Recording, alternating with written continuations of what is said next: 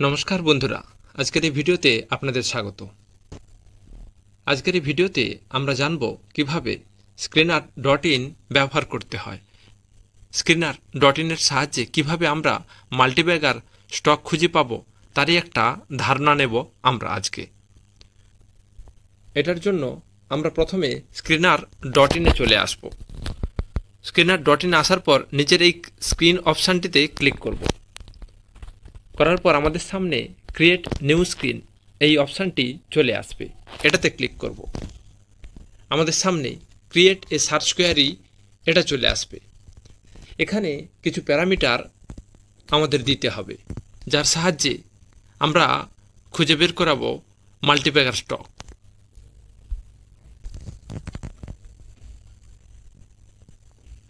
আমরা কিছু প্যারামিটার এখানে লাগিয়েছি, যেটার সাহায্যে আমরা খুঁজে পাব কিছু মাল্টিব্যাগার স্টক। নিচে রান দিস কোয়ারিতে যাব। যাওয়ার সাথে সাথে আমাদের সামনে ৮,০০০ কোম্পানির মধ্যে মাত্র ৫টি কোম্পানি চলে আসবে। সব কোম্পানিকে ট্র্যাক করা আপনার পক্ষে সম্ভব নয়, কিন্তু এই স্ক্রিনারের সাহায্যে আপনি মাল্টিব্যাগার স্টক খুঁজে বের করতে পারবেন কিছু প্যারামিটার লাগিয়ে। আমাদের সামনে এই 5টি স্টক চলে এসেছে। আমরা যে প্যারামিটার লাগিয়েছি সেই প্যারামিটারগুলো একটু দেখে নিই।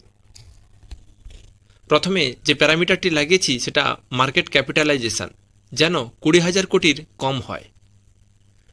প্রমোটার হোল্ডিং যেন 70%-এর বেশি হয়। এখানে পার্সেন্টেজ দেওয়ার দরকার নেই।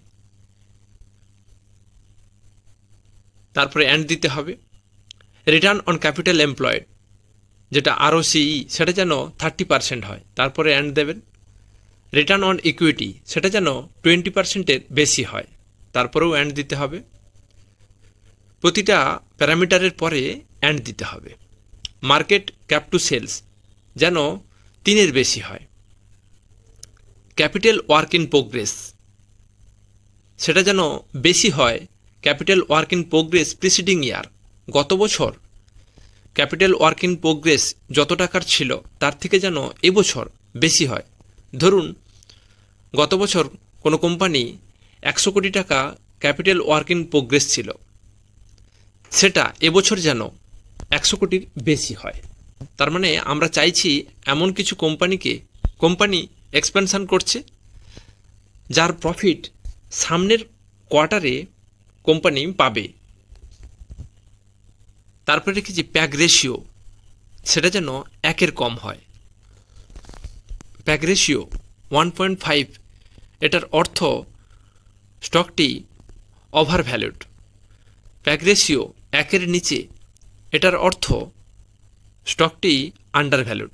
তার মানে আমরা চাইছি এমন স্টক যেটা আন্ডার ভ্যালুড হবে এবং যেই স্টকটি এখন অনেকটা ক্যাপিটাল এক্সপেনশানে লাগিয়েছে। কোম্পানির এক্সপেনশন কমপ্লিট হলেই সেখান থেকে প্রফিট আসা শুরু হবে, এমন কোম্পানি আমরা চাইছি। তারপরেই রান দিস কোয়ারি করে দিলাম। রান দিস কোয়ারি করার সাথে সাথে আমাদের সামনে 5টি কোম্পানি চলে এসেছে। প্রথমে আছে fine organic, Gujarat Themis bio, pulse electronics, RPG life science, GMDC। এই 5টি কোম্পানিকেই আপনাকে ভালো করে একটি করে অ্যানালাইসিস করতে হবে। আমরা যে প্যারামিটারগুলো লাগিয়েছি তার মধ্যেই এই কোম্পানিগুলো আছে। এদের মধ্যে GMDC এক চর্চিত একটি শেয়ার। এটি গুজরাট সরকারের একটি কোম্পানি। কিছুদিন আগে এই কোম্পানির তরফে একটা বিজ্ঞপ্তি জারি করা হয়েছে, যেখানে বলা হয়েছে GMDC-তে নতুন CFO হিসেবে যোগ দিয়েছে অনুপমা কে আয়ার। কোম্পানির ম্যানেজমেন্টের পক্ষ থেকে বলা হয়েছে আগামী 5 থেকে 7 বছরের মধ্যে কোম্পানি 5,000 কোটি টাকা এক্সট্রা ইনভেস্টমেন্ট করবে এক্সপেনশনের মধ্য দিয়ে। কোম্পানির তরফে বলা হয়েছে কিছুদিন আগে হাইয়েস্ট বিডার হিসাবে উড়িষ্যায় 2টো কোল মাইন অ্যাকোয়ার করেছে এই কোম্পানি, একটা সুন্দরগড় ডিস্ট্রিক্টে আরেকটা বৈতরণী ব্লকে। সুন্দরগড় ডিস্ট্রিক্ট থেকে 548 মিলিয়ন টন কয়লা পাওয়া যাবে এবং বৈতরণী ব্লক থেকে প্রায় 1100 মিলিয়ন টন কয়লা পাবে জিএমডিসি। স্বাভাবিকভাবেই কোম্পানির কাছে দুটো দারুণ খবর এই বিডের মাধ্যমে এসেছে। কোম্পানি আগামী 5 থেকে 7 বছরের মধ্যে আরও 5,000 কোটি টাকার ইনভেস্টমেন্ট করতে চলেছে।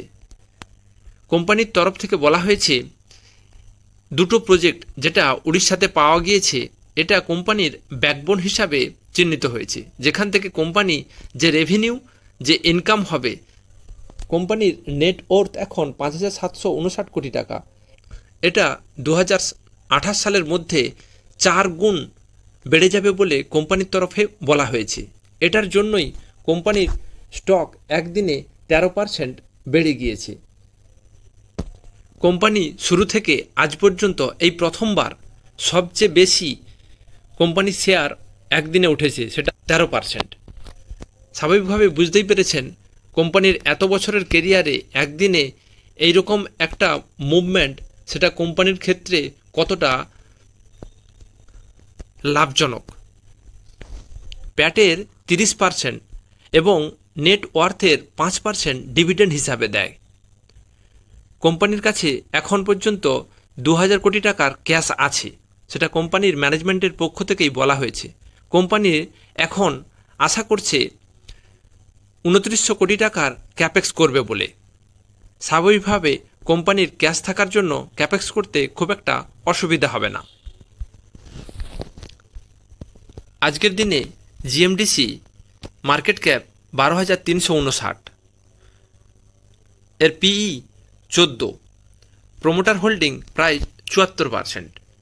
কোম্পানির কিউআইপি যেটা ক্যাপিটাল ওয়ার্ক ইন প্রোগ্রেস সেটা আজকের দিনে 400 কোটি, প্লেজ পার্সেন্টেজ 0।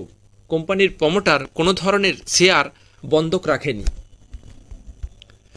কোম্পানি চার্ট দেখলে আমরা দেখব জিএমডিসি 200 দিনের মুভিং এভারেজে সাপোর্ট নিয়ে আবার ওপরের দিকে আপমুভ করার চেষ্টা করছে। এখন 50 দিনের মুভিং এভারেজের কাছে কনসলিডেট করছে। জিএমডিসি একেবারেই ডেট ফ্রি একটি কোম্পানি। কোম্পানি লাস্ট 5 বছরে 28% প্রফিট গ্রোথ দেখিয়েছে। এই সেকশনটি একটু ভালো করে দেখার দরকার আছে। কম্পাউন্ডিং সেলস 10 বছরে 8%, 5 বছরে 11%, 3 বছরে 34%, ট্রেলিং 12 মান্থে নেগেটিভ আছে -26%। কম্পাউন্ডেড প্রফিট গ্রোথ 10 বছরে 7%, 5 বছরে 29, 3 বছরে 103, ট্রেলিং 12 মান্থে নেগেটিভ আছে -12। স্টক প্রাইস সিএজিআর 10 বছরে 11%, 5 বছরে 37, 3 বছরে 88, 1 বছরে 195। রিটার্ন অন ইকুইটি আরওই 10 বছরে 11%, 5 বছরে 11%, 3 বছরে 15%, লাস্ট ইয়ার 23%। এটা শুধুমাত্র ক্যাপেক্সের জন্যে। কোম্পানি দীর্ঘদিন ধরে ক্যাপেক্স করছে। আমরা যদি দেখি কোম্পানি আজকের দিনে দাঁড়িয়ে 401 কোটি টাকা ক্যাপেক্স করছে। প্রতি বছরই কিছু না কিছু ইনভেস্টমেন্ট করে ক্যাপেক্সের জন্য। এই কারণেই কোম্পানির রিটার্নে একটু সমস্যা ছিল।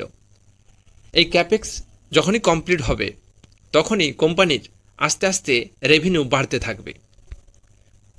কোম্পানির শেয়ার হোল্ডিং প্যাটার্ন যদি আমরা দেখি তাহলে আমরা দেখব 2023 ডিসেম্বরে প্রমোটার হোল্ডিং 74%, এফআই 1.76, পাবলিকের হাতে আছে 23%।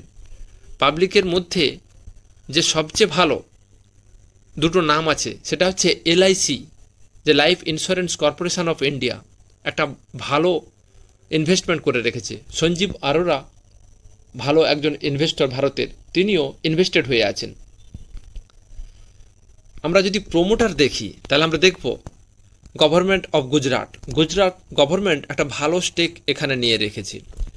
সেন্ট্রাল গভর্নমেন্টও এখানে একটা ভালো স্টেক রেখেছে।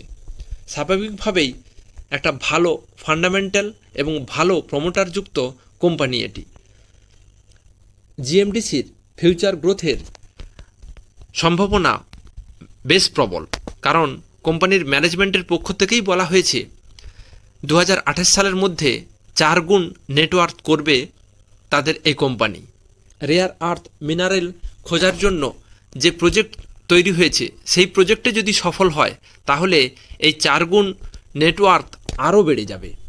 স্বাভাবিকভাবে ইনভেস্টরদের ফোকাস এই কোম্পানিটির দিকে এখন এসেছে, সেই কারণে এই কোম্পানিটির শেয়ার এই প্রথমবার 13% জাম্প করেছে। এছাড়াও আরেকটি স্টক আলোচনা করি, সেটা হচ্ছে ফাইন অর্গানিক। ফাইন অর্গানিকের যদি আমরা চার্ট দেখি তাহলে দেখব 50 দিন এবং 200 দিনের মুভিং এভারেজের নিচে ট্রেড করছে। এটি 50 দিনের মুভিং এভারেজকে সাপোর্ট করছে, সাপোর্ট করে ওঠার চেষ্টা করছে। আমাদেরকে দেখতে হবে পিই। আমরা যদি 5 বছরের পিই, মিডিয়াম পিই দেখি তাহলে দেখব 41.6। স্টক এখন 30-এ ট্রেড করছে।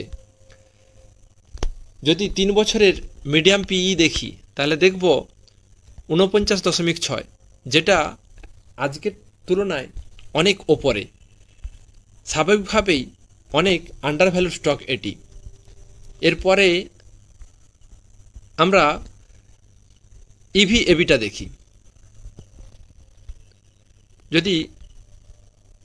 যদি 5 বছরের ইভি এবিটা দেখি তাহলে আমরা দেখব 33.1, আর এখন 20-এর নিচে ট্রেড করছে। স্বাভাবিকভাবে অনেক বেশি আন্ডার ভ্যালুড স্টক এটি। এখানে আমাদেরকে দেখতে হবে sales margin, price to book, market cap to sale, এইভাবে আপনাদেরকে একটা দেখতে হবে। কোম্পানি একেবারে প্রায় ডেট ফ্রি একটি কোম্পানি। এর প্রফিট গ্রোথও খুব ভালো, প্রায় 45%-এর কাছাকাছি। আরওইও লাস্ট 3 বছরে 36%। পাবো আরওই লাস্ট 5 বছরে 34%, লাস্ট 3 বছরে 36%, লাস্ট ইয়ার 49%। আমরা যদি শেয়ার হোল্ডিং প্যাটার্নটা দেখি তাহলে আমরা দেখব প্রমোটার্স 75% হোল্ড করে আছে, এফআই 3%, ডিআই প্রায় 12% হোল্ড করে আছে, পাবলিক হোল্ডিং সেখানে নয়। আমরা যদি ডিআই দেখি, ডিআই আমরা দেখব Axis mutual fund, SBI focused equity, SBI Magnum, SBI tax advantage, Nippon, এইভাবে অনেক ভালো ভালো ডিআই ইনভেস্টেড হয়ে আছে।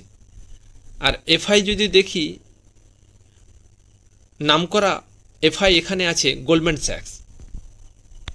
আপনারা এই 5টি স্টককেই একটি একটি করে ভালো করে ব্যালেন্স শিট এবং এর ফান্ডামেন্টাল দিক এবং বিশেষ করে শেয়ার হোল্ডিং প্যাটার্নটি দেখবেন। দেখে যেই স্টকে আপনার কনভিকশন বেশি সেই স্টকটিকে আপনি ট্র্যাক করুন। কয়েকটা কোয়ার্টারের রেজাল্ট দেখুন এবং ভালো নিউজের জন্য অপেক্ষা করুন। তারপর যদি আপনার কনভিকশন থাকে তাহলে একটু একটু করে পারচেস করুন।